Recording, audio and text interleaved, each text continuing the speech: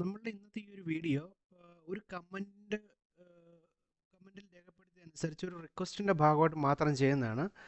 അപ്പോൾ ആ റിക്വസ്റ്റ് ഇങ്ങനെയായിരുന്നു, കോമ്പിനേഷൻ ഉപയോഗിച്ചുകൊണ്ട്, അതായത് ഇൻഡിക്കേറ്റേഴ്സിൻ്റെ കോമ്പിനേഷൻ ഉപയോഗിച്ചുകൊണ്ട് എങ്ങനെയാണ് ട്രേഡ് പ്ലാൻ ചെയ്യുന്നത്, അല്ലെങ്കിൽ എങ്ങനെയാണ് ട്രേഡ് എക്സിക്യൂട്ട് ചെയ്യുന്ന ഒരു ചോദ്യമാണ് ചോദിച്ചിരുന്നത്. അപ്പം ജസ്റ്റ് സിമ്പിളാക്കിയിട്ടാണ് ഞാൻ അത് കാണിച്ചു തരാൻ പോകുന്നത്. ഇത് എസ്പെഷ്യലി ബിഗിനേഴ്സിന് വേണ്ടി മാത്രമുള്ള ഒരു വീഡിയോ ആണ്. അപ്പം മാക്സിമം ബിഗിനേഴ്സ് ഇതൊന്ന് ശ്രദ്ധിക്കാൻ ശ്രമിക്കുക. അതുപോലെ തന്നെ ഒരു കാര്യമാണ് ഞാൻ പറഞ്ഞോട്ടെ, ഇത് മാർക്കറ്റിൻ്റെ സ്വഭാവം എനിക്ക് തോന്നുന്നില്ല, നിങ്ങൾക്ക് എല്ലാവർക്കും അറിയും, ഇത് എപ്പോഴും ഫ്ലക്ച്വേറ്റിംഗ് ആണ്. അപ്പം നമ്മൾ പ്രോബബിലിറ്റിയെ വെച്ചിട്ടാണ് മാർക്കറ്റിനെ നമ്മൾ കാണുന്നത്, അല്ലാതെ നാളെ ഇന്നത് സംഭവിക്കുമെന്ന് പറയാൻ ഈ ലോകത്തെ ഒരാൾക്കും സാധിക്കില്ല. മാർക്കറ്റിനെ സംബന്ധിച്ച് നാളെ ഇങ്ങനെ ആയിരിക്കും മാർക്കറ്റ്, നാളെ അങ്ങനെ ആയിരിക്കും മാർക്കറ്റ് എന്ന് പറയാൻ ഒരാൾക്കും സാധിക്കില്ല. നാളെ അങ്ങനെ ആയിരിക്കാം, അല്ലെങ്കിൽ നാളെ ഇന്നത് സംഭവിക്കാം എന്നൊരു പ്രോബബിലിറ്റി വെച്ചിട്ടാണ് നമ്മൾ മാർക്കറ്റിനെ വിലയിരുത്തുന്നതും മാർക്കറ്റിൽ ട്രേഡ് ചെയ്യണം. അല്ല കൃത്യമായിട്ട് പ്രൊഡിക്റ്റ് ചെയ്യാൻ പറ്റുന്ന ആളുകളുണ്ടെങ്കിൽ അവരായിരിക്കും ഇന്നത്തെ ഈ കോടീശ്വരൻ എന്ന് പറയുന്നത്. അപ്പം അങ്ങനെയല്ല, മാർക്കറ്റ് അതിൻ്റെ സ്വഭാവം തന്നെ എപ്പോഴും ഒരു ഫ്ലക്ച്വേറ്റിംഗ് ആയിട്ടുള്ളതാണ്. അതുകൊണ്ട് തന്നെ ഒരു ഇൻഡിക്കേറ്ററും അല്ലെങ്കിൽ ഒരു ട്രേഡിംഗ് സെറ്റപ്പും 100% മാർക്കറ്റിൽ വർക്കാവില്ല. അത് ചില സമയങ്ങളിൽ ഈ പറയുന്ന പോലെ വർക്കാവും, ചില സമയങ്ങളിൽ വർക്കാവില്ല. അപ്പം നമ്മൾ വർക്കാകാത്ത ആ ഒരു സിറ്റുവേഷനെ മാക്സിമം കുറച്ച് വിൻ റേറ്റ് മാക്സിമം കൂട്ടാൻ വേണ്ടിയിട്ടാണ് ഓരോ ട്രേഡേഴ്സും ഓരോ സെറ്റപ്പും ഉണ്ടാക്കുന്നത്, അതായത് ഓരോ ട്രേഡിംഗ് സെറ്റപ്പും ഉണ്ടാക്കേണ്ടത്. അപ്പോൾ ട്രേഡിംഗ് സെറ്റപ്പ് ഉണ്ടാക്കാൻ നേരത്ത് ഞാൻ എൻ്റെ പഴയ 1-2 വീഡിയോസിലൊക്കെ കൃത്യമായിട്ട് പറഞ്ഞിട്ടുള്ളതാണ്, എങ്ങനെയാണ് സെറ്റപ്പ് ഉണ്ടാക്കുന്നത് അല്ലെങ്കിൽ എന്തൊക്കെയാണ് നമ്മുടെ സെറ്റപ്പ് എന്നുള്ളത് കൃത്യമായിട്ട് ഞാൻ പറഞ്ഞു തന്നിട്ടുള്ളതാണ്. അപ്പം നമ്മൾ എന്ത് വെച്ച് ട്രേഡ് ചെയ്താലും, ഈവൻ ഒരു സിംഗിൾ EMI വെച്ചിട്ട് ട്രേഡ് ചെയ്യുമെന്ന് പറഞ്ഞാലും എപ്പോഴും ആ ഒരു ഇതിൽ തന്നെ ഈ ഒരു പർട്ടിക്കുലർ ഒരു രീതിയിൽ തന്നെ, ആ ഒരു മെത്തേഡിൽ തന്നെ നമ്മൾ ട്രേഡ് ചെയ്ത് അതിൽ കൂടുതൽ എക്സ്പീരിയൻസ്ഡ് ആയിട്ട് നമ്മൾ ട്രേഡ് ചെയ്യുന്നതായിരിക്കും ഏറ്റവും നല്ലത്. അങ്ങനെ ഉണ്ടെങ്കിൽ മാത്രമേ നമുക്കവിടെ പ്രോഫിറ്റ് ജനറേഷൻ വരത്തുള്ളൂ. അല്ലെങ്കിൽ ഒരു ദിവസം ഒരു ട്രേഡിംഗ് സെറ്റപ്പ് നമ്മൾ ചെയ്തു, രണ്ടാമത്തെ ദിവസം മൂന്നാമത്തെ ദിവസം അത് വർക്കാവുന്നതെന്ന് കണ്ട ഉടനെ തന്നെ നാലാമത്തെ ദിവസം വേറൊരു സെറ്റപ്പിലേക്ക് പോയിട്ട് കാര്യമില്ല. ഒരു സെറ്റപ്പ്, അത് എത്ര സിമ്പിൾ സെറ്റപ്പ് ആണെന്ന് പറഞ്ഞാലും ആ സെറ്റപ്പിൽ മാസ്റ്റർ ആകുക എന്നുള്ളതാണ് പ്രധാനമായിട്ടുള്ളൊരു കാര്യം. അപ്പം നമ്മളെയൊക്കെ സംബന്ധിച്ച് നമുക്ക് പറ്റുന്ന പ്രശ്നം എന്ന് വെച്ച് കഴിഞ്ഞാൽ 2 ദിവസം ലോസ് കാണിച്ചു, മൂന്നാമത്തെ ദിവസം ചിലപ്പോൾ നമുക്ക് പ്രോഫിറ്റ് വരേണ്ടതായിരിക്കാം. പക്ഷേ നമ്മൾ മൂന്നാം ദിവസം നമ്മൾ ഇമ്മീഡിയറ്റ് നമ്മളുടെ ട്രാക്ക് മാറ്റുവാണ്. അങ്ങനെ മാറ്റാൻ നേരത്ത് അതിൽ മാസ്റ്റർ ആവാൻ പറ്റില്ല. അപ്പം നമ്മളുടെ ആ ട്രേഡിംഗ് സെറ്റപ്പിലെ നമുക്കൊരു കോൺഫിഡൻസ് ഇല്ലാത്ത രീതിയിലാണ് കാര്യങ്ങൾ പോകുന്നത്. അപ്പോൾ ചെയ്യേണ്ട സിമ്പിളായിട്ടൊരു കാര്യം, ചെറിയൊരു സെറ്റപ്പ് ആണെങ്കിൽ പോലും അതിനെ കൃത്യമായിട്ട് ട്രേഡ് ചെയ്യുക. കുറഞ്ഞത് 2 അല്ലെങ്കിൽ 3 മാസമെങ്കിലും ഒരേ സെറ്റപ്പിൽ തന്നെ ട്രേഡ് ചെയ്യുകയോ അല്ലെങ്കിൽ ബാക്ക് ടെസ്റ്റ് ചെയ്തതിന് ശേഷം ട്രേഡ് ചെയ്യുകയോ ചെയ്യുമായിരിക്കും ഏറ്റവും നല്ലത്. എപ്പോഴും ഏതൊരു സിമ്പിൾ സെറ്റപ്പ് ഉണ്ടാക്കിയെന്ന് പറഞ്ഞാൽ നമ്മൾ കൃത്യമായിട്ട് ബാക്ക് ടെസ്റ്റ് ചെയ്യണം. ഒരു 3, 4, 5 മാസത്തെ ഡേറ്റ ഉപയോഗിച്ച്, അല്ലെങ്കിൽ 3, 4, 5 വർഷത്തെ ഡേറ്റ ഉപയോഗിച്ച് ബാക്ക് ടെസ്റ്റ് ചെയ്ത് ഈ ഒരു സെറ്റപ്പിൻ്റെ ആക്യുറസി എത്രമാത്രം ഉണ്ടെന്നുള്ളത് നമ്മൾ മനസ്സിലാക്കിയതിന് ശേഷം വേണം ഈ ഒരു ലൈവ് ട്രേഡിലേക്ക് ഇറങ്ങാൻ.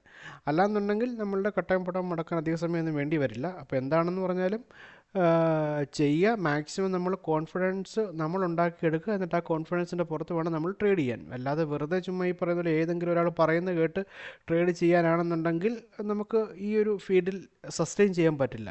കുറച്ച് നാൾ നിന്നതിന് ശേഷം നമ്മൾ വീട്ടിൽ ഈ പരിപാടി നമ്മൾ കെട്ടിപ്പൂട്ടേണ്ടി വരും. സോ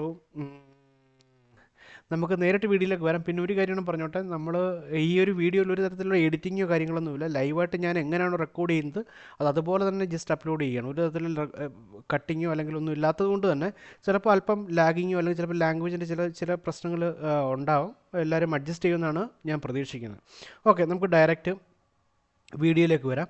ഇതിപ്പോൾ ഞാൻ എടുത്തു വെച്ചിരിക്കുന്നത് നിങ്ങളെ ജസ്റ്റ് കാണിക്കാൻ വേണ്ടിയിട്ട് നിഫ്റ്റിയുടെ ചാർട്ടാണ് എടുത്തു വെച്ചിരിക്കുന്നത്. അപ്പം നമ്മൾ നേരത്തെ തന്നെ എൻ്റെ ഒരു പഴയ വീഡിയോക്കകത്ത് ഞാൻ പറഞ്ഞിട്ടുണ്ട്, നമ്മൾ ട്രേഡ് ചെയ്യുന്നത് 333 EMA എന്ന് പറയുന്ന സെറ്റപ്പാണ്. അതായത് 3 EMA 33 EMAയുടെ ട്രേഡിംഗ് സെറ്റപ്പാണ് നമ്മൾ ഉപയോഗിക്കുന്നത്. അതിൻ്റെ കൂട്ടത്തിൽ RSI എന്ന് പറയുന്ന ആ ഒരു ടൂളും കൂടെ, അല്ലെങ്കിൽ RSI എന്ന് പറയുന്ന ആ ഒരു ഓസിലേറ്ററും കൂടെ നമ്മൾ ക്ലബ് ചെയ്തിട്ടാണ് ഉപയോഗിക്കുന്നത്. അതായത് ഒരു ഇൻഡിക്കേറ്ററും നമുക്ക് ഇൻഡിവിജ്വലായിട്ട് നിന്ന് കഴിഞ്ഞാൽ കൃത്യമായിട്ടുള്ള റിസൾട്ട് നമുക്ക് കിട്ടുന്നുണ്ടായിരിക്കാം. എങ്കിൽ പോലും അതൊന്നുകൂടെയും ഒന്ന് മേക്ക് ഷുവർ ചെയ്യാൻ വേണ്ടിയിട്ട് നമ്മൾ വേറൊരു ഇൻഡിക്കേറ്ററും ക്ലബ് ചെയ്തിട്ട് ഇതിനെ എല്ലാം ഒന്ന് ഒരു മിക്സ് ആക്കിക്കൊണ്ടായിരിക്കും ചെയ്യുന്നതായിരിക്കും എല്ലാം കൊണ്ടും നമുക്ക് സേഫ്. അപ്പം RSI എന്ന് പറയുന്ന ഒരു ഇൻഡിക്കേറ്റർ എല്ലാവർക്കും അറിയാം അത് 70ക്ക് മുകളിലാണ് ആർ എസ് ഐയുടെ പോയിന്റ് എങ്കിൽ അതൊരു മാർക്കറ്റ് സൂപ്പർ ബുള്ളിഷിലേക്കാണ് പോയിക്കൊണ്ടിരിക്കുന്നത്. ഏത് സമയത്തും മാർക്കറ്റ് തിരിയാം. അതുപോലെ തന്നെ 30ക്ക് താഴെയാണ് അല്ലെങ്കിൽ 30ക്ക് താഴെയാണ് അതിൻ്റെ ആർ എസ് ഐയുടെ പോയിന്റ് എങ്കിൽ അതൊരു ബയേഴ്സിൻ്റെ സോണാണ്. സെല്ലിങ് ഓവർസോൾഡ് എന്ന രീതിയിൽ വന്നു കഴിഞ്ഞു. ബയേഴ്സ് ആക്റ്റീവായി ഏത് സമയത്തും മാർക്കറ്റ് തിരിയാം എന്നുള്ള കോൺസെപ്റ്റാണ്.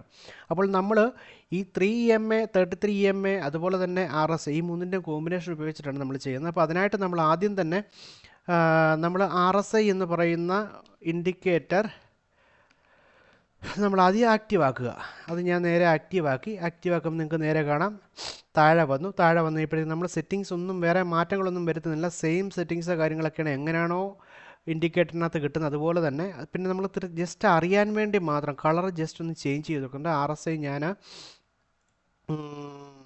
ഞാൻ ബ്ലാക്ക് കളർ കൊടുത്തു.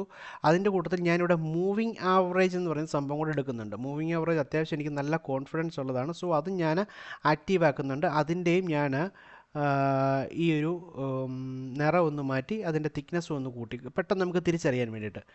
ഞാനുണ്ട് ഇതിൻ്റെ കൂട്ടത്തിൽ ഞാൻ ചെയ്യാൻ പോകുന്ന വേറൊരു കാര്യം എന്താണെന്ന് വെച്ച് കഴിഞ്ഞാൽ EMA റിബൺ എന്ന് പറയുന്ന ഒരു ഇൻഡിക്കേറ്റർ. EMA റിബൺ എന്ന് പറഞ്ഞു കഴിഞ്ഞാൽ ഈ ഒരു ഇൻഡിക്കേറ്ററിനകത്ത് നമുക്ക് 4 EMA വരെ നമുക്ക് ആഡ് ചെയ്യാം. അതിന് നേരെ അതിൻ്റെ സെറ്റിങ്സ് എടുത്ത് നിങ്ങൾക്ക് കൃത്യമായിട്ട് ഇവിടെ കാണാം.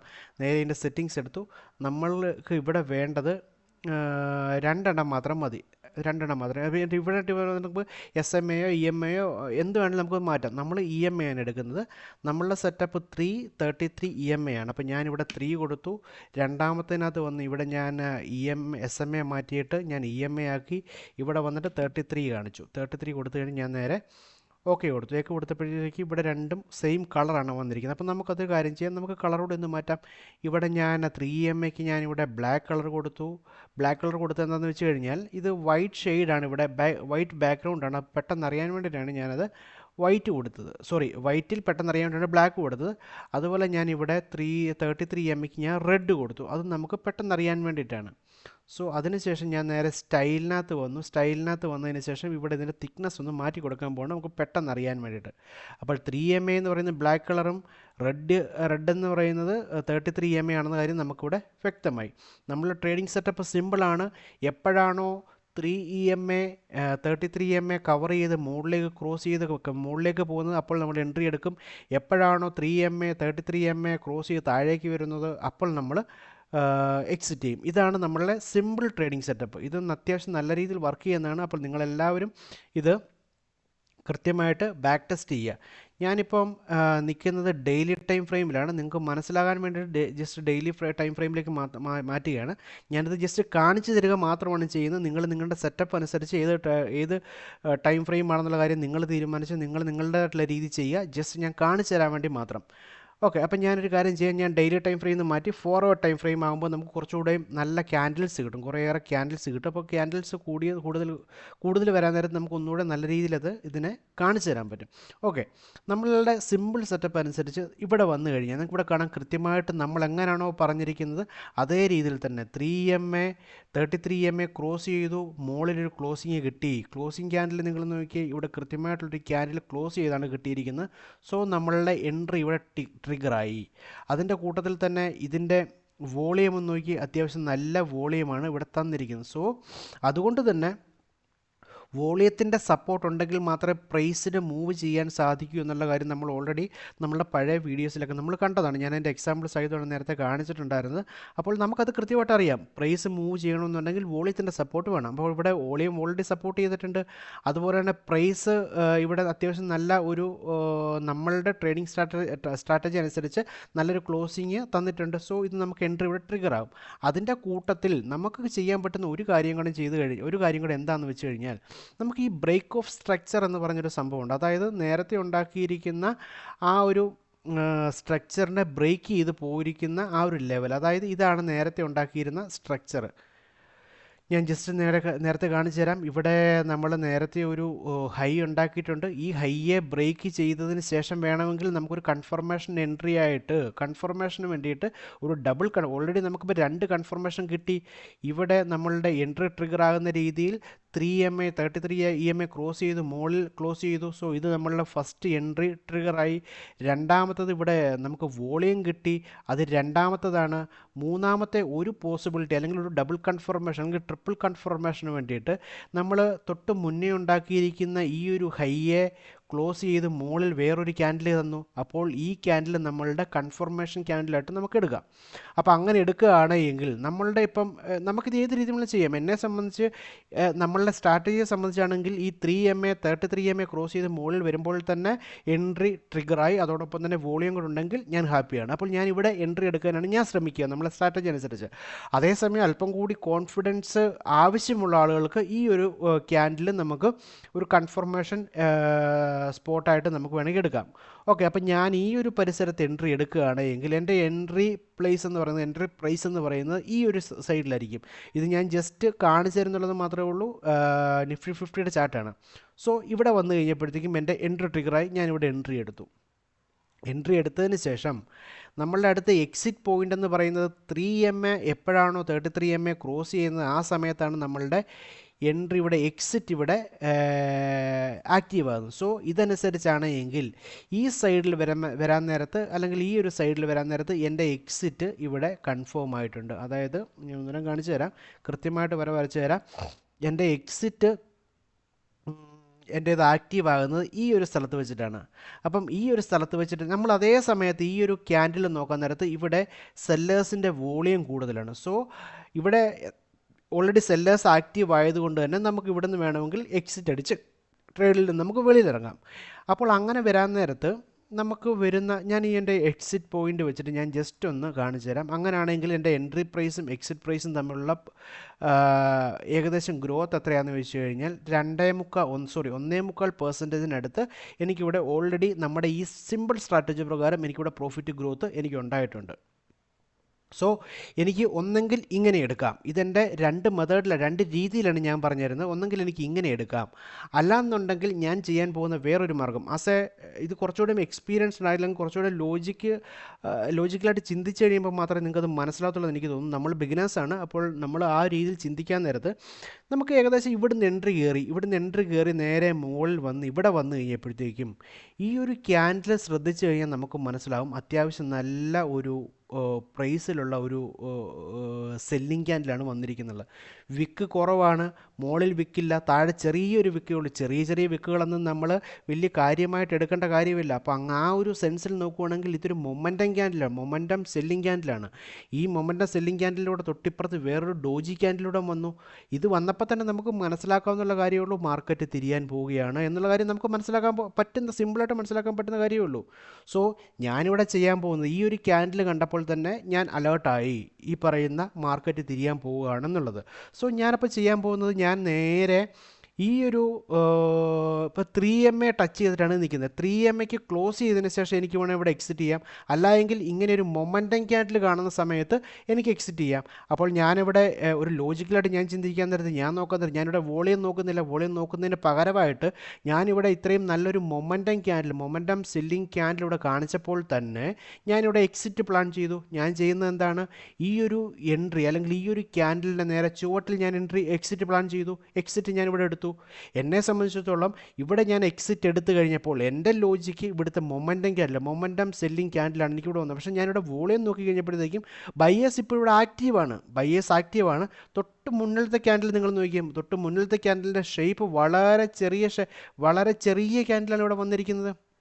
വളരെ ചെറിയ ക്യാൻഡിലാണ്, പക്ഷേ ഇവിടെ നല്ല വോളിയം കാണിച്ചിട്ടുണ്ട്. സോ ഇത് അല്പം അല്ലെങ്കിൽ നമ്മൾ കുറച്ചുകൂടി വിജിലൻ്റായിട്ട് ഇവിടെ നോക്കി കാണേണ്ട കാര്യമാണ്. ക്യാൻഡിലിൻ്റെ വലുപ്പം വളരെ ചെറുതാണ്, പക്ഷേ വോളിയം അത്യാവശ്യം നല്ല രീതിയിൽ കയറിയിട്ടുണ്ട്. അപ്പോൾ നമ്മൾ ഒന്നുകൂടെ ഇവിടെ വിജിലൻ്റ് ആയിരിക്കണം. അങ്ങനെ വരാൻ നേരത്തെ ഇവിടെ അത്യാവശ്യം നല്ല രീതിയിലുള്ള ഒരു ഫൈറ്റ് ബയേഴ്സും സെല്ലേഴ്സും തമ്മിൽ നടക്കുന്നുണ്ട് എന്നുള്ളത് നമുക്ക് സിമ്പിളായിട്ട് മനസ്സിലാക്കാവുന്ന കാര്യമുള്ളൂ. ഈ ബോധ്യം എനിക്കുള്ളത് കൊണ്ട് ഞാനിവിടെ ചെയ്യാൻ പോകുന്നത് ഇത്രയും നല്ല ഒരു മൊമെൻറ്റം ക്യാൻഡിൽ റെഡ് ക്യാൻഡിൽ ഇവിടെ കാണിച്ചപ്പോൾ ആ റെഡ് ക്യാൻഡിലിൻ്റെ ചുവട്ടിൽ ഞാൻ എക്സിറ്റ് ഇട്ടു. ഞാനിവിടുന്ന് എൻട്രിയിൽ നിന്ന് ഇറങ്ങി, എൻ്റെ ട്രേഡ് ഞാൻ വിട്ടു. ട്രേഡ് ഞാനിവിടെ വിട്ടപ്പോൾ എൻ്റെ എൻട്രി പ്രൈസും എൻ്റെ എക്സിറ്റ് പ്രൈസും തമ്മിലുള്ള ഗ്രോത്തിൻ്റെ വ്യത്യാസം എത്രയാണെന്ന് ഞാൻ കാണിച്ചു തരാം. ഇവിടെ 3%, 3.3% അടുത്ത് മിനിമം എനിക്ക് പ്രോഫിറ്റ് കിട്ടിയിട്ടുണ്ട്. അതായത് രണ്ട് രീതിയിൽ നമുക്ക് ചെയ്യാം. ഒന്നെങ്കിൽ 3MA എന്തായാലും നമ്മളുടെ എൻട്രി പോയിന്റ് എന്ന് പറയുന്നത് 3MA 33MA ക്രോസ് ചെയ്ത് മുകളിൽ ഒരു നല്ല ക്ലോസിങ് വിത്ത് വോളിയത്തോട് കൂടി നമുക്ക് തരാൻ നേരത്താണ് നമ്മൾ എൻട്രി എടുക്കുന്നത്. അതുപോലെ തന്നെ നമ്മൾ കൺഫർമേഷന് വേണ്ടി ഒരു ക്യാൻഡിലൂടെ വേണമെന്നുണ്ടെങ്കിൽ നിങ്ങൾക്ക് പ്രിഫർ ചെയ്യാം. അതുപോലെ തന്നെ എക്സിറ്റ് പ്ലാൻ ചെയ്യുന്ന സമയത്ത് 33MA ക്രോസ് ചെയ്ത് താഴേക്ക് വരുന്ന സമയത്ത് വേണമെങ്കിൽ നമുക്ക് എക്സിറ്റ് പ്ലാൻ ചെയ്യാം. അല്ലാന്നുണ്ടെങ്കിൽ 3MA ക്രോസ് ചെയ്ത് 3MA ടച്ച് ചെയ്തുകൊണ്ട് നമുക്കൊരു സെല്ലിംഗ് മൊമെൻറ്റം ക്യാൻഡിൽ തരികയാണെങ്കിൽ ആ മൊമെൻറ്റം ക്യാൻഡിലിൻ്റെ തൊട്ട് താഴെയായിട്ട് നമുക്ക് വേണമെങ്കിൽ എക്സിറ്റ് പ്ലാൻ ചെയ്യാം. ഈ രണ്ട് രീതിയിൽ വേണം ചെയ്യാം. അത് നിങ്ങൾക്ക് ഏതാണ് കംഫർട്ടബിൾ ഉള്ളത് നിങ്ങൾ തന്നെ ബാക്ക് ടെസ്റ്റ് ചെയ്ത് നിങ്ങൾ തന്നെ തീരുമാനിക്കുക എന്നുള്ളതാണ്. ഇതിനകത്ത് സിമ്പിളായിട്ട് ചെയ്യാൻ പറ്റും. ഇതാണ് ഞാൻ ബിഗിനിങ് ടൈമിൽ ഞാൻ ചെയ്തുകൊണ്ടിരുന്ന ഏറ്റവും സിമ്പിളായിട്ടുള്ള മെത്തേഡ്. നല്ല രീതിയിൽ വർക്കാവുന്നതാണ്. നിങ്ങൾക്ക് നിങ്ങളുടെ രീതിയിൽ ഇതിനെ നിങ്ങൾക്ക് വർക്ക് ചെയ്തെടുക്കാം. സോ നമ്മൾ ഇതിൻ്റെ കൂട്ടത്തിൽ ഒരു കോമ്പിനേഷനും കൂടി നോക്കുകയാണ്. ഇപ്പോൾ ഇതാണ് EMA സംബന്ധിച്ച നമ്മളുടെ സിമ്പിൾ സ്ട്രാറ്റജി. അതിൻ്റെ കൂട്ടത്തിൽ ഞാൻ RSI എന്നുള്ള ഒരു ഇൻഡിക്കേറ്റർ നമ്മൾ ഓൾറെഡി ഇട്ട് വെച്ചിട്ടുണ്ടായിരുന്നു. RSI പ്രകാരം RSI എന്ന് പറഞ്ഞു കഴിഞ്ഞാൽ നമുക്ക് എല്ലാവർക്കും അറിയാം. RSI 70 പോയിൻറ്റിന് മുകളിലാണെങ്കിൽ ഇത് ഒരു ബുള്ളിഷ് അല്ലെങ്കിൽ സൂപ്പർ ബുള്ളിഷ് എന്ന രീതിയിലേക്കാണ് ഏത് സമയത്തും ഇത് മാർക്കറ്റ് തിരിയാം. അതുപോലെ 30ക്ക് താഴെയാണെന്നുണ്ടെങ്കിൽ 30ക്ക് താഴെയാണെന്നുണ്ടെങ്കിൽ അത് സെല്ലേഴ്സ് അവിടെ ഓവർ സെല്ല് ചെയ്ത് നിൽക്കുകയാണ്. ബയേഴ്സ് ആക്റ്റീവായി കയറാൻ ചാൻസ് കൂടുതലാണ്. അവിടുന്ന് മാർക്കറ്റ് എപ്പോൾ വേണമെങ്കിലും തിരിയാം. അപ്പോൾ നമുക്ക് ഇവിടെ ഒരു കോമ്പിനേഷൻ ഉപയോഗിക്കുകയാണെങ്കിൽ നിങ്ങൾക്ക് ഈ ഒരു ക്യാൻഡിൽ ശ്രദ്ധിച്ചാൽ ഇതാണ് നമ്മളുടെ എൻട്രി ക്യാൻഡിൽ. നമ്മൾ ആദ്യം പറഞ്ഞ പോലെ എൻട്രി ക്യാൻഡിൽ ഇതാണ്. ആ ക്യാൻഡിലിൻ്റെ അന്നത്തെ അല്ലെങ്കിൽ ആ ഒരു പർട്ടിക്കുലർ ടൈമിലെ RSIയുടെ പോയിൻ്റ് എന്ന് പറയുന്നത് ഏകദേശം ഇതാണ്. അതായത് ഈ പോയിൻ്റാണ് RSIയുടെ പോയിൻ്റ്. ഒരു സെക്കൻഡ്, ഈ പോയിൻ്റ് ഇവിടുത്തെ ഈ ഒരു പോയിൻ്റാണ്. ഈ ഒരു പോയിൻ്റ് എന്ന് പറയാൻ നേരത്ത് RSI 52 നിൽക്കുന്നത്. അതായത് 50, 52 അല്ലെങ്കിൽ 50 to 60 എന്ന് പറയുന്ന റേഞ്ചും 40 to 50 എന്ന് പറയുന്ന റേഞ്ച് എന്നൊക്കെ പറയുന്നത് ഏകദേശം ബയേഴ്സ് എൻട്രി എടുക്കാൻ സാധ്യത കൂടുതലുള്ള ഒരു പോയിൻ്റാണ്. അപ്പോൾ ആ ഒരു പോയിൻറ്റിനെ കണക്കാക്കി അല്ലെങ്കിൽ 50 എന്ന് പറയുന്ന ആ ഒരു റേഞ്ചിനെ കണക്കാക്കിയിട്ട് നമുക്കവിടെ എൻട്രി ക്ലബ് ചെയ്യാവുന്നതാണ്. അതായത് നമ്മളുടെ ഈ സ്ട്രാറ്റജി RSI ആയിട്ട് നമുക്ക് ക്ലബ് ചെയ്യാൻ പറ്റുന്ന കേസാണ്. അതുപോലെ തന്നെ നമുക്കിവിടെ നോക്കിക്കഴിഞ്ഞാൽ വേറൊരു കാര്യം കൂടെ നിങ്ങൾക്ക് മനസ്സിലാക്കാൻ പറ്റുന്നത് എന്താണെന്ന് വെച്ച് കഴിഞ്ഞാൽ ഞാൻ മുമ്പ് ഇവിടെ ഒരു മൊമെൻറ്റം ക്യാൻഡലിൻ്റെ കേസ് ഞാൻ പറഞ്ഞു. ഈ മൊമെൻറ്റം ക്യാൻഡിൽ ഇവിടെയാണ് നമ്മളുടെ എക്സിറ്റ് നമ്മൾ പ്ലാൻ ചെയ്ത് ഈ ഒരു മൊമെൻറ്റം ക്യാൻഡിലാണ് നമ്മൾ 3MAയുടെ തൊട്ട് മുകളിൽ ഒരു എക്സിറ്റിന് വേണ്ടി ഒരു മൊമെൻറ്റം ക്യാൻഡിൽ തന്ന് അപ്പോൾ നമുക്ക് ഇവിടെ എക്സിറ്റ് പ്ലാൻ ചെയ്യാമെന്നാണ് ഞാൻ പറഞ്ഞിരുന്നത്. നിങ്ങൾ ഓർക്കുന്നുണ്ടോ എനിക്കറിയാം. നമ്മൾ ഒന്നുകൂടെ റിവൈൻഡ് ചെയ്ത് കണ്ടാൽ മതി. ആ സമയത്ത് നമ്മളുടെ RSI പ്രകാരം ഇത് 73 എന്ന് പറഞ്ഞു കഴിഞ്ഞാൽ ഒരു സൂപ്പർ ബുള്ളിഷിലേക്ക് ഇത് പൊക്കോണ്ടിരിക്കുകയാണ്. സൂപ്പർ ബുള്ളിഷിലേക്ക് പൊക്കോണ്ടിരിക്കുക എന്ന് പറഞ്ഞു കഴിഞ്ഞാൽ അവിടെ ബയേഴ്സ് ആക്റ്റീവായി ബയേഴ്സ് അതിൻ്റെ പീക്ക് ലെവലിലേക്ക് എത്തിക്കൊണ്ടിരിക്കുകയാണ്. ഏത് സമയത്തും മാർക്കറ്റ് തിരിയാം. അല്ലെങ്കിൽ 70ക്ക് മുകളിൽ വന്നു കഴിഞ്ഞാൽ സൂപ്പർ ബുള്ളിഷിലേക്കാണ് മാർക്കറ്റ് ഏത് സമയത്തും തിരിയാം എന്ന സ്റ്റേജിലാണ്. അവിടെ ആസ് എ ട്രേഡർ എന്ന രീതിയിൽ നമ്മളവിടെ നിന്നിട്ട് കാര്യമില്ല. നമ്മളപ്പോൾ എക്സിറ്റ് ചെയ്യുന്നതായിരിക്കും ഏറ്റവും നല്ലത്. സോ ഞാൻ ഈ ഒരു ഏരിയയിൽ വന്നു കഴിഞ്ഞപ്പോഴത്തേക്കും എൻ്റെ RSI പ്രകാരം എനിക്കിവിടെ വന്നിരിക്കുന്ന പോയിന്റ് എന്ന് പറയുന്നത് 72 പോയിൻ്റാണ് എനിക്ക് വന്നിരിക്കുന്നത്. അപ്പോൾ 70ക്ക് മുകളിൽ വന്നു. അത് സൂപ്പർ ബുള്ളിഷിലേക്ക് വന്നു. ഏത് സമയത്തും മാർക്കറ്റ് തിരിയാമെന്ന് എനിക്ക് മനസ്സിലായി. ഞാൻ അവിടെ എക്സിറ്റ് എടുത്തു. സോ എൻ്റെ അവിടുത്തെ പ്രോഫിറ്റ് മാർജിൻ എന്ന് പറയാൻ എൻ്റെ മാർജിൻ എന്ന് പറഞ്ഞാൽ 3.38% എനിക്ക് ആ സിംഗിൾ ട്രേഡിൽ നിന്ന് എനിക്ക് കിട്ടി. ഇതാണ് നമ്മളുടെ സിമ്പിൾ സ്ട്രാറ്റജി. അല്ലെങ്കിൽ ഇതാണ് നമ്മളുടെ രണ്ട് തരത്തിലുള്ള ഈ പറയുന്ന ടൂൾസുകൾ ഉപയോഗിച്ചുകൊണ്ട് അല്ലെങ്കിൽ രണ്ട് തരത്തിലുള്ള ഇൻഡിക്കേറ്റേഴ്സ് ഉപയോഗിച്ചുകൊണ്ടുള്ള നമ്മളുടെ ട്രേഡിംഗ് സ്ട്രാറ്റജി. എനിക്ക് തോന്നുന്നു നിങ്ങൾക്ക് ഇപ്പോൾ സിമ്പിളായിട്ട് മനസ്സിലായിട്ടുണ്ടാവുമെന്ന് എനിക്ക് തോന്നുന്നത്.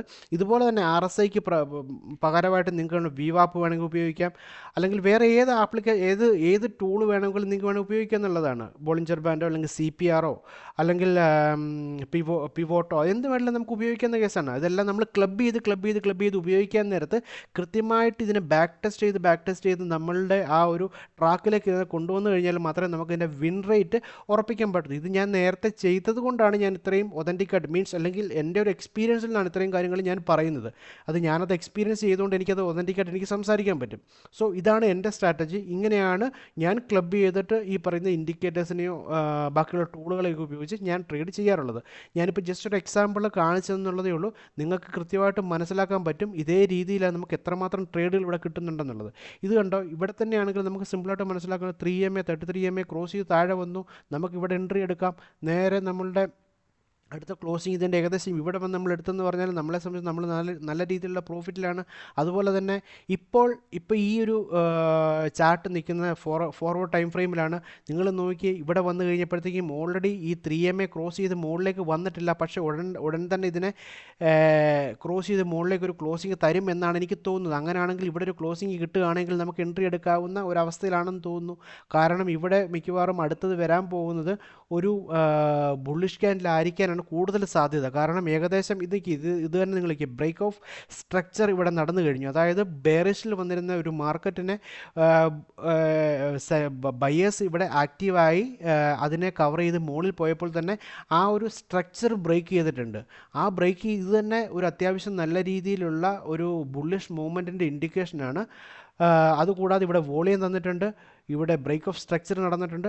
അതുപോലെ തന്നെ ഒരു കാര്യം കൂടെ നിങ്ങൾക്ക് തൊട്ട് താഴെ നോക്കിയാൽ മനസ്സിലാവും, ഇവിടെ ഒരു വോളിയം സ്വീപ്പും കൂടെ നടന്നിട്ടുണ്ട്. വോളിയം സ്വീപ്പ് എന്ന് പറഞ്ഞു കഴിഞ്ഞാൽ വോളിയം അത്യാവശ്യം ഈ ഒരു ലെവലിൽ വന്നിട്ട് കംപ്ലീറ്റ് വോളിയം എടുത്തുകൊണ്ട് സ്വീപ്പ് ചെയ്ത് ഒരു റിജക്ഷൻ ക്യാൻഡിലാണിത്. ഈ റിജക്ഷൻ ക്യാൻഡിൽ തന്നെ നേരെ മുകളിലേക്ക് കയറിയിട്ടുണ്ട്.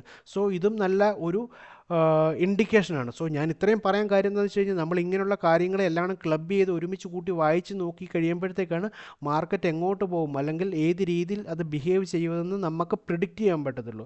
ഇത് ചുമ്മാ നമ്മൾ തോന്നലിൻ്റെ പുറത്ത് പറയുന്നില്ല. ഞാനിപ്പോൾ ഈ പറഞ്ഞത് എൻ്റെ ഒരു എക്സ്പീരിയൻസിൽ നിന്ന് ഞാൻ മാർക്കറ്റിൽ മനസ്സിലാക്കി. ചിലപ്പോൾ അത് തെറ്റാകാം, ചിലപ്പോൾ ശരിയാകും. പക്ഷേ ഞാൻ മാർക്കറ്റിൽ നിന്ന് പഠിച്ചത്, ഞാൻ മാർക്കറ്റിൽ നിന്ന് എക്സ്പീരിയൻസ് ചെയ്ത കാര്യങ്ങളെ ബേസ് ചെയ്തിട്ടാണ് ഞാൻ ഇത്തരം കാര്യങ്ങളെല്ലാം ഞാൻ പറഞ്ഞത്. എന്തായാലും നിങ്ങൾ നിങ്ങളുടേതായിട്ടുള്ള സെറ്റപ്പിൽ ഇതിനെ ബാക്ക് ടെസ്റ്റ് ചെയ്യുക, സ്വന്തമായിട്ട് പഠിക്കുക.